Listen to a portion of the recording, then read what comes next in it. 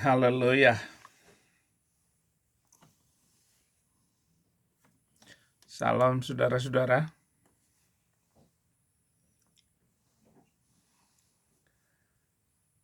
Saya akan menambah novum baru, bukti baru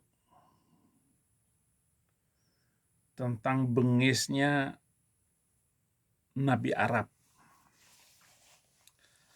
Sebenarnya sederhana. Orang yang ditakuti dan mengerikan itu adalah kriminalis. Orang yang berani melakukan apa saja, bahkan mengambil nyawa orang. Tetapi dianggap sebagai orang yang suci, mulia. Padahal dia seorang kriminalis.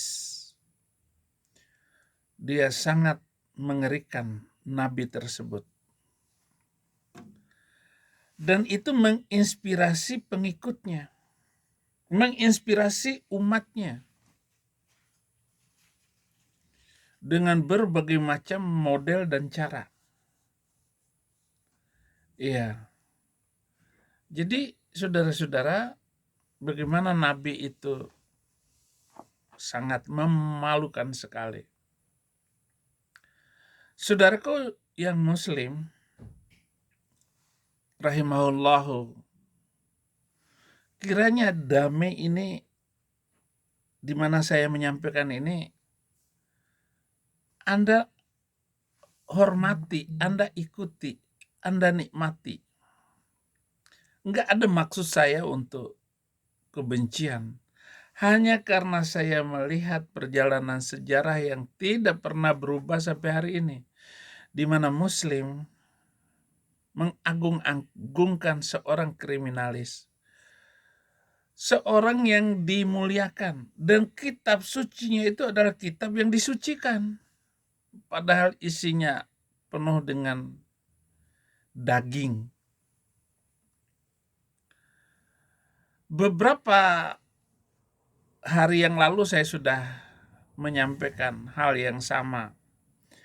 Bagaimana membela nabinya itu anak yang baru rata-rata usia 15 tahun, 6 orang. Kemudian dia menghilangkan nyawa gurunya karena dia Muslim.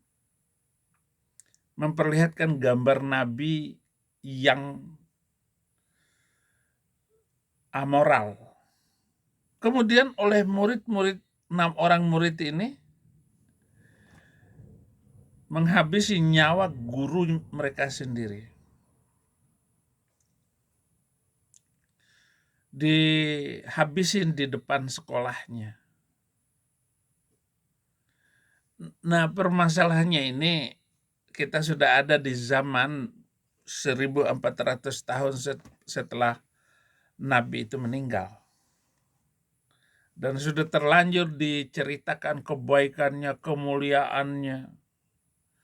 Bagaimana Nabi itu sangat mencintai. Bahkan ada kucing kepanasan lalu dibawa ke dalam rumahnya. Orang itu masuk surga. Sementara dia menghilangkan 5.000 nyawa Yahudi dan orang Kristen zaman itu. Dianggap mulia dengan menolong seekor kucing masuk surga. Tapi menghilangkan nyawa manusia, Muhammad masuk surga. Bahkan akan dilayani oleh 72 bidadari nanti. Bahkan 100 bidadari. Saya akan melanjutkan novum baru ini ke depan. Betapa banyak kebiadaban yang dia lakukan itu. Misalnya dari hadis Abu Hurairah radhiyallahu anhu berkata, di antara sahabat ada yang bertanya, "Wahai Rasulullah, apakah kami akan bertemu dengan istri kami kelak di sorga?" Rasulullah menjawab, "Seorang laki-laki sehari akan berjima 100 bidadari." Hadis riwayat Al-Bazzar, Musnad 3525, Abu Nuaim dalam Sifatul Jannah 169 hadis, At-Tabari jilid kedua hadis 12. Hafiz bin Katsir mensahihkan hadis ini dari tafsir Ibnu Katsir. Dan seterusnya betapa banyak bukti yang ditulis bekas dari sejarah Nabi itu. Ini kan pengajaran-pengajaran yang aneh. Tetapi lebih daripada itu, kelakuan Nabi itu sangat amoral. Tapi dibungkus dengan emosi, dibungkus dengan spiritualitas, dibungkus dengan kealiman dan pakaian yang alim, dengan jilbab, dengan kepandaian mengolah kata seperti yang diceritakan oleh mereka dengan kemajuan teknologi ini. Itu sudah banyak bukti, tetapi dilawan, ditentang oleh masing-masing pemikiran para pembela agama Arab itu. Apakah ini sudah tidak cukup bukti novum baru bahwa dia itu kriminal dengan mengajarkan hal-hal yang akan datang yang tidak pantas untuk diajarkan, yang tidak sama ajarannya dengan nabi-nabi terdahulu? Di manakah nabi terdahulu yang mengajarkan mutar-mutar batu hitam dan mencium batu itu masuk surga? Apakah itu kurang untuk memahami dan mengertikan kepada Anda dan saya semua bahwa apa yang diajarkan Muhammad itu adalah sangat biadab?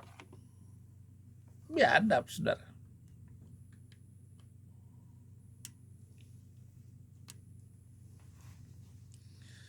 Gimana Nabi yang ditanya jawabnya malah kemana-mana.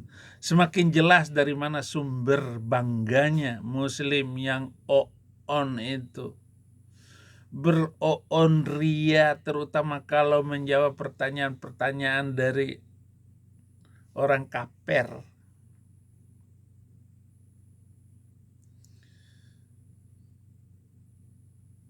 Setelah saya masuk Kristen ini, saudara-saudara, semakin jelas cara berpikir yang sederhana itu.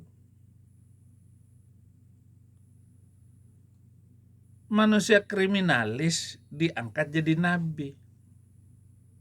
Sementara apa yang selalu saya katakan, tidak pernah ada nabi dari Arab. Selalu dari Bani Israel. Nggak pernah orang Arab itu jadi nabi. Artinya Tuhan pencipta langit dan bumi itu tidak pernah mengirim selain dari turunan Yakub, Israel. Tiba-tiba Nabi Arab muncul awal abad ke-7 dengan memporak-porandakan seluruh ajaran Alkitabiah dan apa yang diajarkan oleh Tuhan Yesus Kristus dikatakan ada di dalam Quran semuanya. Padahal emang bohong. Tidak ada perumpamaan-perumpamaan yang sadis daripada itu, saudara-saudara. Jadi betapa ootnya Muhammad ini. Muhammad itu katanya rahmat untuk seluruh alam. Katanya kami tidak akan dapat berlaku adil di antara istri-istrimu walaupun kamu sangat ingin berbuat demikian. Ini cerita di dunianya. Karena itu janganlah berbuat demikian dan jangan cenderung kepada satu kelompok istri dan kamu membiarkan kelompok yang lain. Yang paling disukai Muhammad itu adalah kelompoknya Aisyah. Karena kapan saja Aisyah memberikan selangkangannya, Muhammad itu senang. Tetapi ada kelompok yang lain yang selalu protes kepada Muhammad. Bagaimana Muhammad ini meniduri pembantu-pembantunya dengan semaunya. Diprotes oleh yang lain dengan sengit. Walaupun juga Aisyah ini protes, tetapi Aisyah itu masih anak kecil sehingga gampang dikadalin oleh Nabi itu. Nah, di ayat ini surat An-Nisa 129, kamu cenderung kepada yang lain dan membiarkan yang lain terkatung-katung.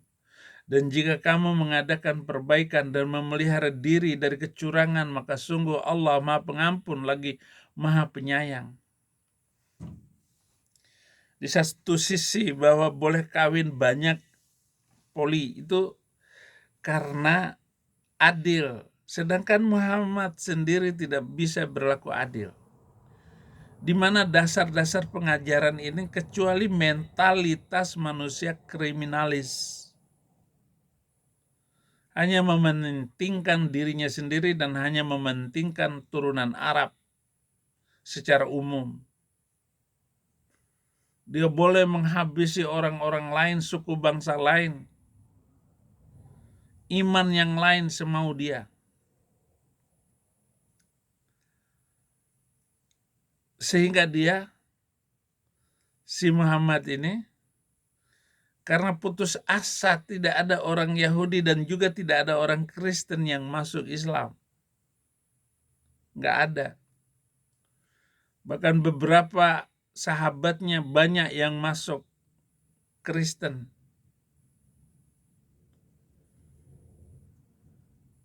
Suami Ummu Salamah,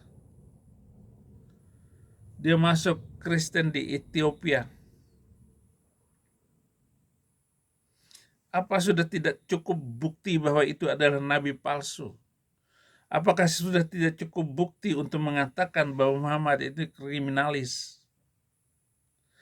Apakah tidak cukup bukti apa yang dikatakan oleh guru gembul? Fakta-fakta yang terjadi bahwa Islam ditolak di mana-mana. Cuma beda dengan saya, guru gembul tetap Islam. Saya harus meninggalkan Islam itu. Apakah tidak cukup bukti apa yang dikatakan oleh Ade Armando? Orang yang diajak berpikir rasional dan sederhana berpikir. Ataupun yang disampaikan oleh Kumaila tentang data-data kenabian yang palsu. Yang walaupun itu ya pernyataan-pernyataan itu dikunyah-kunyah oleh orang yang sudah meninggalkan ajaran Islam. Ya dikunyah-kunyah, diulang-ulang, disampaikan dengan sederhana. Sudah saya sampaikan semua. Di dalam YouTube saya. Bagaimana mungkin ini seorang Muslim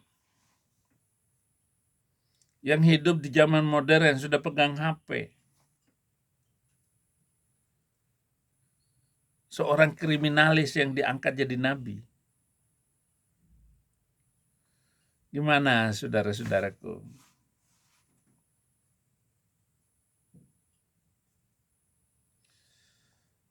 Nah, kita lihat terus ya. Memang agama kriminalis ini ya diikuti juga oleh presiden kriminalis. Dia sudah jadi presiden, Prabowo, yang menghilangkan nyawa aktivis waktu itu. Dihabisin. Hilang nyawanya sampai sekarang. Tapi ya dia tetap diangkat jadi presiden. Siapa yang mendukung? Ya Pendeta Saifuddin Ibrahim. Saya pendukung Prabowo. Dengan harapan saya mau agar ada Petrus, penembak misterius. Zaman Soeharto kan ada Petrus itu. Orang yang berani tato-tato, dihapus tatonya biar nggak ditangkap. Biar nggak hilang nyawanya.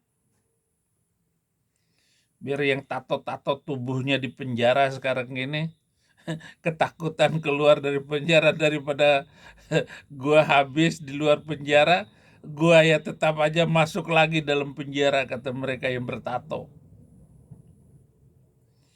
Betapa banyaknya orang yang habis zaman itu oleh Soeharto karena Petrus. Saya dukung Prabowo. Salah dukung. Dia beragama mengikuti nabi kriminalis. Ya presidennya juga kriminal. Salah milih presiden. Sama dengan kalian muslim itu salah pilih nabi. Sederhana dan gampang saya sampaikan ini kepada Anda semua. Jadi untuk yang di YouTube saya demikian saja dulu.